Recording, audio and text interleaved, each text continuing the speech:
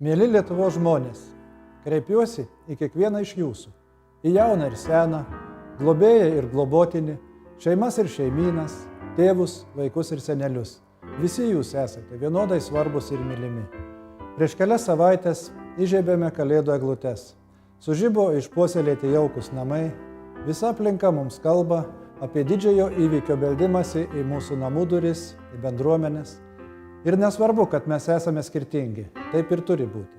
Kiekvienas žmogus išties gali padaryti labai daug, tačiau kviečiu nebūti vienišiems gyvenimo kelyje, o telktis, dalyvauti bendroje veikloje, kartu siekti užsibrėžtų tikslų. Tikiu, kad kartu mes galime kur kas daugiau. Tikiu, kad šeima, bendruomenė, didelis bendraminčių būrys gali pajudinti net ir nepajudinamą akmenį.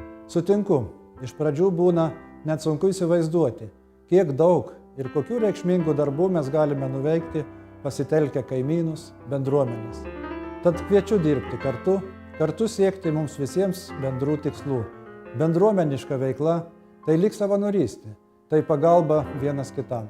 Tai ir kartu susitelkimas, todėl kviečiu ne tik išlikti susitelkus ateinančiais, vyresnio amžiaus žmonių aktyvumo ir kartu solidarumo metais, bet ir toliau stiprinti jau užsimezgusius ryšius.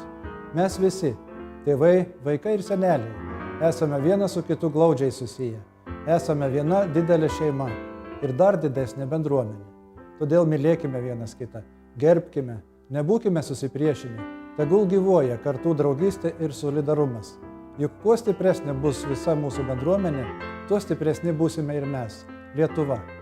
Nuoširdžiai dėkoju visiems jums už supratimą ir kantrybę šiuo nelengvu ir sudėtingu mūsų šaliai laikotarpiu. Tikiu, kad mes kartu galime sukurti geresnį rytojų, sudaryti palankesnės sąlygas užsidirbti ir gauti didesnį atlyginimą ir geresnės pensijas čia, Lietuvoje. Tad nuoširdžiai sveikinu su artėjančiomis šventomis kalėdomis ir naujaisiais metais. Linkiu, kad ateinantys metai būtų laimingi, prasmingi ir veržlūs.